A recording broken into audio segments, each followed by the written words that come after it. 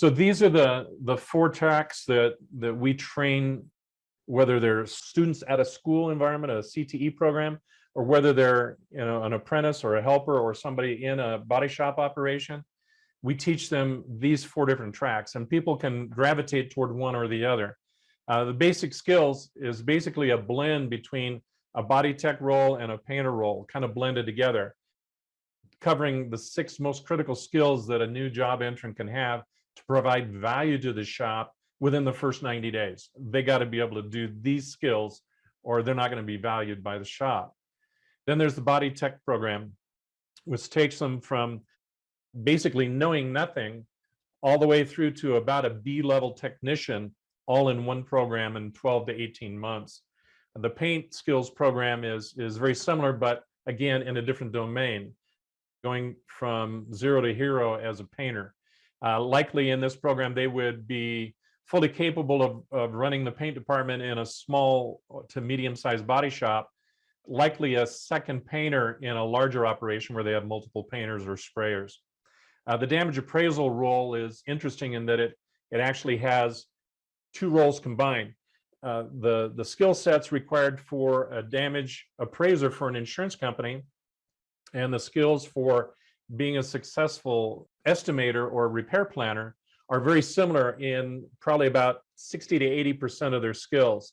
And then they branch off into 2 different categories that are specific if you're going insurance side or if you're going to shop side. They get into production management, blueprinting jobs, things of that nature. The roles that we have focused on throughout our apprenticeship program has been having a trainer, and that's the mentor that works with the apprentice on the job. They're the ones that teach the hands-on skills.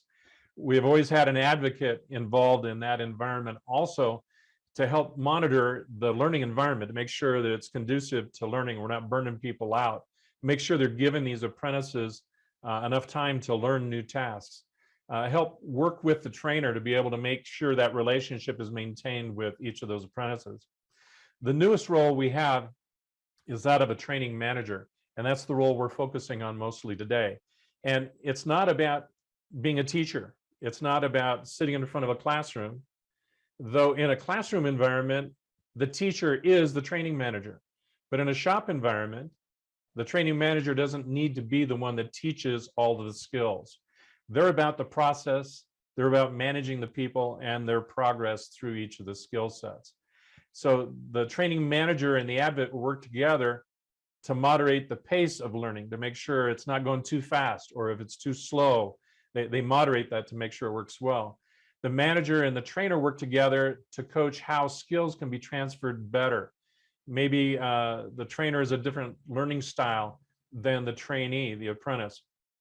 All of this, all 3 of these roles work together to develop those skills in the trainee so that shops have that benefit of having a skilled person working on each of the cars in the shop. So this is the relationships of each of those roles. In our program, there is no single track. We've had apprentices that came into our program, even in the earlier years of the highly managed program, where they came in with some skills already. They were already on the job as an assistant estimator for at least a year to a year and a half. Well, we assessed those skills, and those skills they already had and demonstrated, they were able to skip those after demonstrating those skills that they could already do. So that allows the program to be compressed a little bit more. Each of the programs and each of the courses that we introduced early are actually modular in nature, and so it allows you to pick and choose those items that are necessary for this apprentice to be successful. The outcomes cannot be different. The skill sets that are required are what they are. The industry needs what they need. That doesn't change. But the curriculum can be modified in order to allow somebody that already has some skills to progress through a little bit quicker. We begin each of the programs with a boot camp. So each of the apprentices goes into a 6-week program like this one is laid out, and helps them kind of get a feel for how a shop actually operates. Maybe they've never stepped foot in a shop before. This helps them learn 6 different jobs by shadowing those positions 1 a week for 6 weeks. And they spend half their day shadowing a position, and they spend the other half of the day working with their intended trainer in the program. So they learn a lot about it. We have the trainers also go through their own boot camp, not about technical skills, but it's about how to be a good trainer. How do you mentor somebody? How do you motivate them? And so we take them through a different set of curricula that helps them understand how to better do that, where they can learn how to demonstrate how to do a skill without insulting somebody or making them run out of the shop screaming. These are things we need to help them learn how to do. Most technicians were not ever taught how to teach what they know, and they don't even remember when they didn't know what they know. So it's hard for them to relate sometimes to a new apprentice coming in. Once they've had an apprentice for a while, or maybe they've had helpers in the past, those are likely the best candidates for becoming a great trainer. We have a new course that's designed for training managers. We call it a boot camp as well. But again, it's not about skills. It's not even about training. It is focused on how do you manage a training program? How do you handle 15 or 30 or 50 apprentices, all at different stages of their learning? Maybe they're broken down into groups or cohorts. So how do you manage that? Are there tools in our learning management system that can help you identify where somebody's falling behind?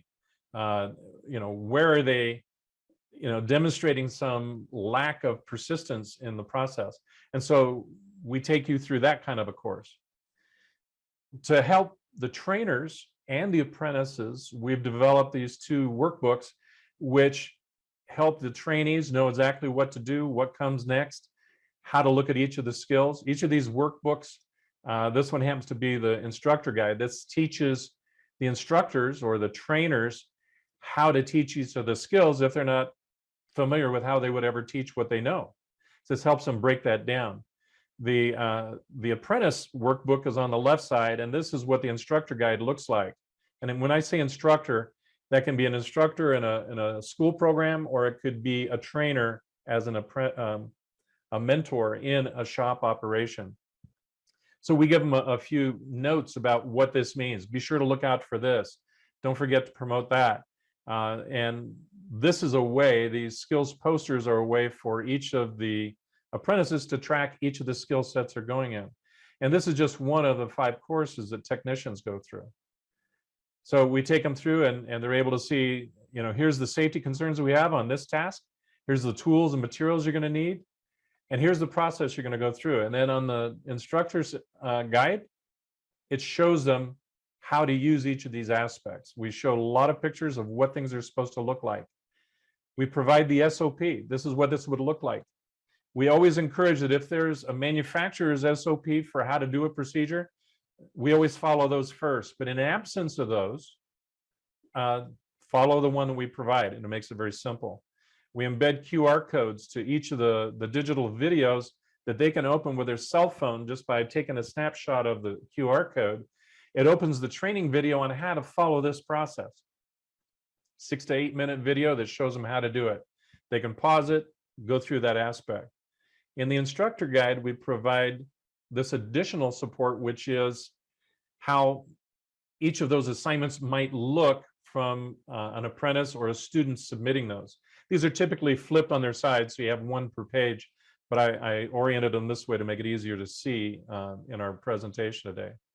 There's sample assignments, what it would look like. Technicians and painters and estimators need to put repair plans together.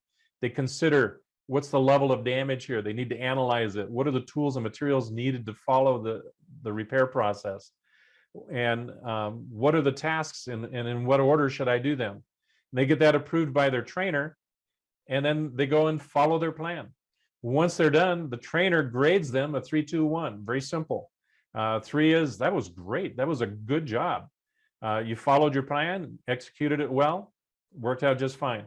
A 2 might be something as simple as you had 1 or 2 minor fixable flaws, but in otherwise it was still good.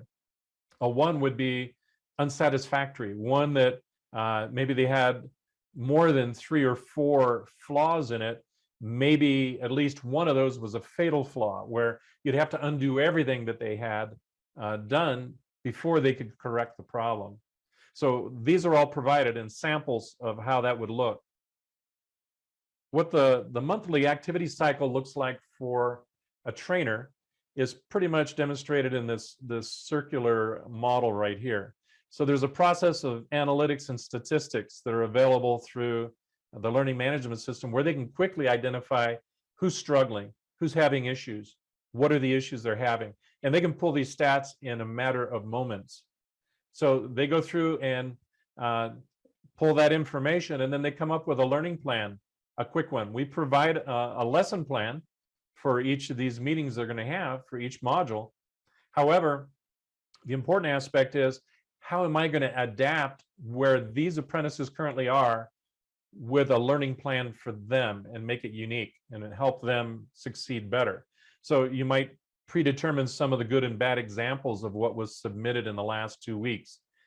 Look for opportunities to coach them how to do this better. And then when you have that online meeting twice a month with them, then what you do is you're going to review some of those items live in real time, but you've already previewed them when you're preparing for that meeting. Share with them some of the tips and tricks that you have learned over time, and then preview what's coming up next and help them kind of learn to go through this cycle. This is a routine that they will get used to and you will get used to rather quickly. The starting point is, we'd like each training manager to go through the boot camp that we have. Well, they'll develop some additional skills on how to pull these reports, how to use the curriculum to help you do your aspect of managing apprenticeships better. And then we offer a mentoring program where we will be your mentor. We will help you learn how to do this better. We'll be side by side with you as you become a new training manager. And maybe you're having difficulties. You got somebody, I'm right here, and I'll be your mentor through this program. A time commitment could be anything from minimal. If you handled 15 apprentices and maybe those were broken in group sizes of maybe 6 people in each one, that's about 3 cohorts. That's about 40 hours a month, not a week. And that's about 5 meetings a month, not a week. That's 1 meeting a week or a little over. So just kind of give you an idea on what the time commitment would be.